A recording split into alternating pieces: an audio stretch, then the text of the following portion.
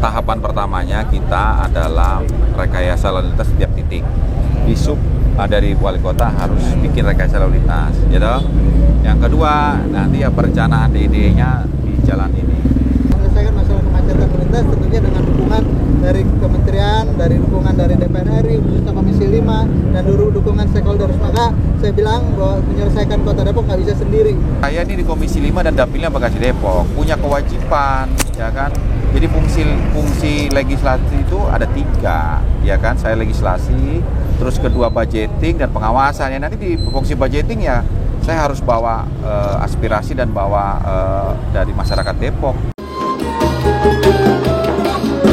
Anggota Komisi 5 DPR RI dari fraksi Kebangkitan Bangsa, Sujatmiko dan Wali Kota Depok terpilih Supian Sauri sidak langsung area kemacetan di Jalan Raya Sawangan, Depok. Kemacetan di jalan raya ini menjadi pemandangan keseharian warga Depok. Realisasi terdekat apa yang akan dilakukan, Pak?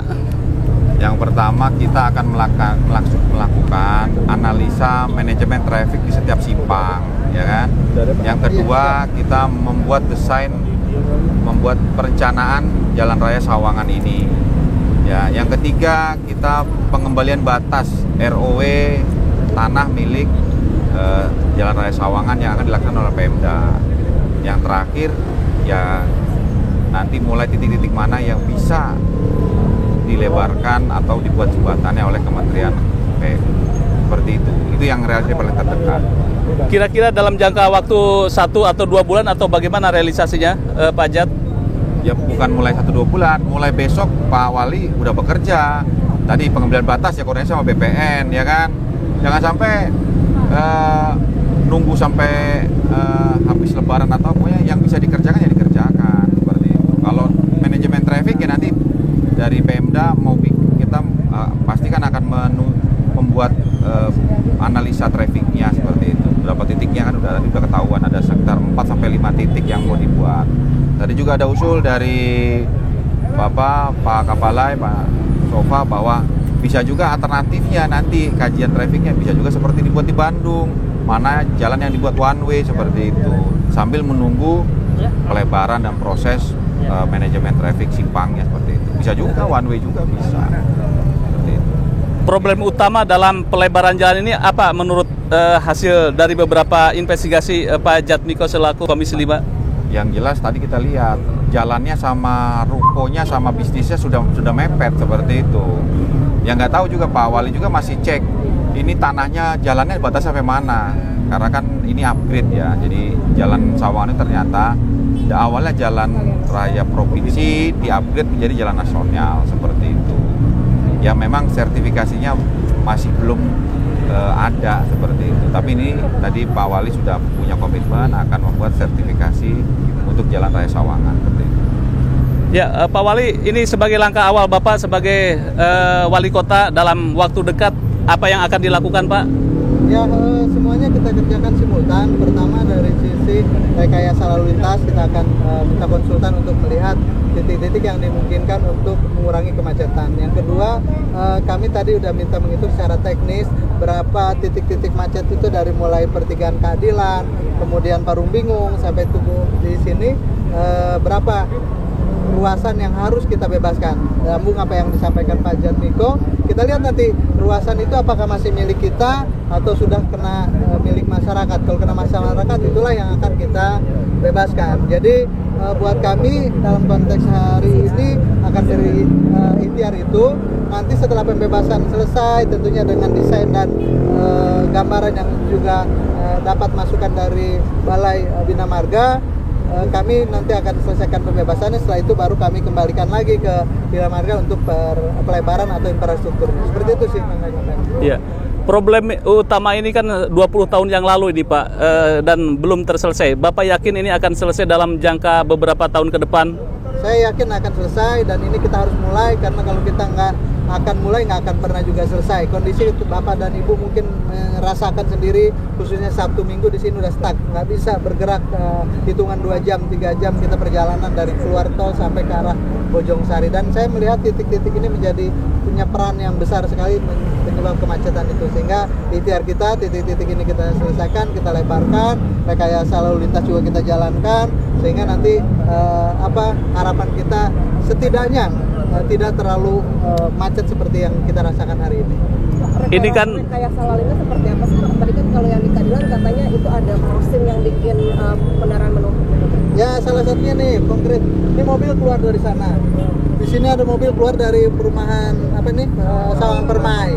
Di sana kan ada jalan yang harusnya bisa dia puter keluarnya Sawangan Permai. Jadi nggak, yang di sini cukup mobil masuk ke dalam, nggak ada mobil yang keluar dari sini. Ini jadi keluar dari sana, keluar dari sini. Itu yang saya pahami secara awam ya lalu lintas, tapi salah satunya konkretnya gitu. Jadi bagaimana kita mengalihkan mobil keluar masuk mobil, sehingga yang keluar di sini nggak semuanya keluar dalam jarak yang tidak terlalu jauh nih, depan keluar, sini keluar, di depan macet, di sini udah terkunci. Itu yang mungkin salah satu rekayasa yang kita bisa, sehingga tadi disampaikan Bu Mardia bahwa selebar apapun kita, kalau kita nggak juga rekayasa dengan jarak yang dekat juga terkunci juga, nggak akan bisa juga menyelesaikan. Makanya 2 hal tadi yang harus kita upayakan ya, rekayasa lalu lintas dan pelebaran yang memang di titik-titik memang harus kita lebarkan. Kalau untuk DD-nya tahun ini gini? DD di perubahan anggaran mana Pak? Di perubahan ya? Perubahan anggaran, oke. Ya.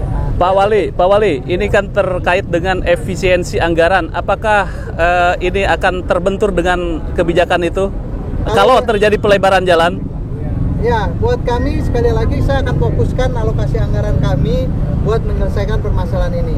Artinya kita akan efisien untuk program-program yang memang belum masuk kategori prioritas. Menurut saya hari ini kita lebih prioritaskan masalah kemacetan, sehingga alokasi anggaran pembebasan kita prioritaskan di sini. Setelah itu kami berharap tetap dukungan dari Kementerian PUPR untuk infrastrukturnya. Jadi kami lebih kepada mensupport pembebasan lahan dan upaya rekayasa lalu lintasnya. Nanti Kementerian PU berharap setelah kita melakukan pembebasan lahan akan intervensi dari sisi anggaran. Mudah-mudahan ini ukuran Kementerian PU nggak terlalu besar lah, jadi nggak termasuk kategori efisiensi yang tadi Bapak maksud. Jadi ini menjadi prioritas Bapak gitu? Kemarin saya menawarkan diri melayani masyarakat, salah satunya adalah saya janji akan menyelesaikan masalah kemacetan lalu lintas, tentunya dengan dukungan dari Kementerian, dari dukungan dari DPR RI, khususnya Komisi 5, dan dukungan stakeholders. Maka saya bilang bahwa menyelesaikan Kota Depok nggak bisa sendiri, harus kita sama-sama dengan pengambil kebijakan, dengan orang-orang yang memang bisa berkontribusi untuk menyelesaikan permasalahan Kota Depok.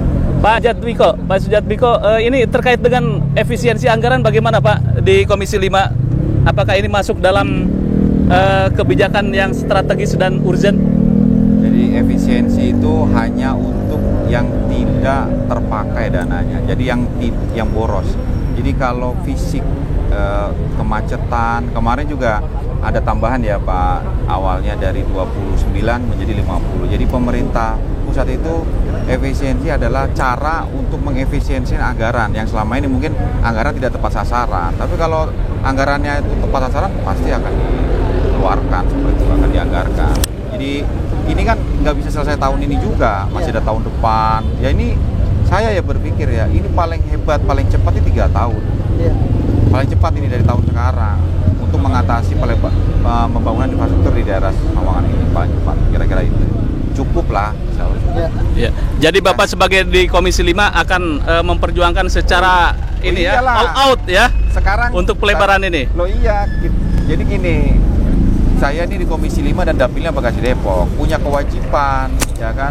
Jadi fungsi legislasi itu ada 3, ya kan. Saya legislasi, terus kedua budgeting dan pengawasan. Ya nanti di fungsi budgeting ya saya harus bawa aspirasi dan bawa dari masyarakat Depok, anggaran untuk masyarakat Depok seperti itu. Itu pasti. Masuk ke RDP atau pembahasan di Komisi 5 kira-kira kapan, Pak? Di bulan April, makanya ini kan April sampai Juni ya kira-kira ya. Nanti makanya ini kejar-kejaran seperti itu. Kalau nanti sudah jadi desainnya, ya nanti kita ajukan di antara April sampai bulan Juni pengusulannya seperti itu. Ya, kira-kira itu. Ya, kita pindah baik ke titik, masih ada titik lagi. Pak Wali, udah cukup ya? Oke, udah cukup. Ya, ini mau memantau exit tol di exit tol atau bagaimana? Kenapa? Tadi udah. Oh, tadi sudah ya? Tadi udah semua udah titik Sudah, tol. kita ke exit tol, kemudian tadi Jalan Keadilan, kemudian Parung Bingung, terakhir di titik ini. Kalau saya meyakini setelah titik ini ke arah Sawangan relatif tinggal ada Jalan Abdul Wahab, kemudian pertigaan Pengasinan tinggal 2, itu udah relatif nggak terlalu Relatif terkunci macet seperti- Pak di situ. dibanding sini masih mending Pak, dibanding di sini masih, kalau ke sana udah agak terurai lah. Iya. Ini pembangunannya 3 tahap ya Pak? Hah? Titiknya mana sih pembangunan pelebarannya? Pelebaran tadi 3 titik tadi prioritas. Setelah nanti kita lihat, kalau idealnya sih kita akan lebarkan sepanjang ini, tapi kan kita lihat kemampuan anggaran dan prioritas. Kalau dari titik-titik ini 3 ini rasanya sudah mulai, berarti nanti kita baru tahap berikutnya. Dan sampai kita dari awal sana di sementara di titik atau sumber kemacetannya yang belum kita intervensi. Kita intervensi dulu di yang paling dianggap prioritas atau kunci yang penyebab kemacetan. Tiga titik. Kita belum hitung anggaran, kita hitung nanti berapa lahan yang dibebaskan, berapa harga appraisal per lahan, baru kita hitung, baru terlihat berapa kebutuhan anggaran untuk pembiayaan buat pembebasan. Nanti dari DED luasan itu baru ukur lagi berapa fisik yang harus diintervensi. Itu pembebasannya kalau secara garis besarnya udah tadi, tapi berapa luas dari sini meternya ke sini kan udah ada gambaran di sekitar 14 meter ya. Dan ini mungkin di 3 tahun lah, artinya kita tahun 2026-2027 kita bereskan pembebasan rapi semuanya. Insya Allah 2008 fisik harusnya udah bisa. Iya. Ya pokoknya Selesai, gitu. tanah, jadi gini, setelah kajiannya sudah ada, nanti penanganannya itu bertahap. Paling nggak di persimpangan tadi itu, Iya. persimpangan kita tangani seperti itu. Karena bottleneck-nya kan di situ tuh, di persimpangan. Iya. Nanti baru anggaran fisiknya berikutnya untuk pelebaran yang lain. Percuma jalannya dilebarin tapi persimpangannya nggak ditata, ya percuma. Iya. Kayak gini kan nih, bingung nih tadi yang dibilang Pak Wali. Jadi harusnya semuanya nggak, mobil tuh harusnya bisa keluar satu arah, ada yang bisa harus putar seperti itu. Namanya juga Parung Bingung Pak. Ya namanya Pak. Iya, iya. Pak, closing statementnya, kira-kira pelebaran jalan itu kiri kanan itu berapa meter ya? Tadi Estimasi? Tambah 7 meter. 7 meter Jadi, Tiga setengah. 3,5 ya? Ya. Jadi jalan itu standarnya adalah sebenarnya ya jalan nasional itu 3,5. Jalan nasional itu lebar lajur ya.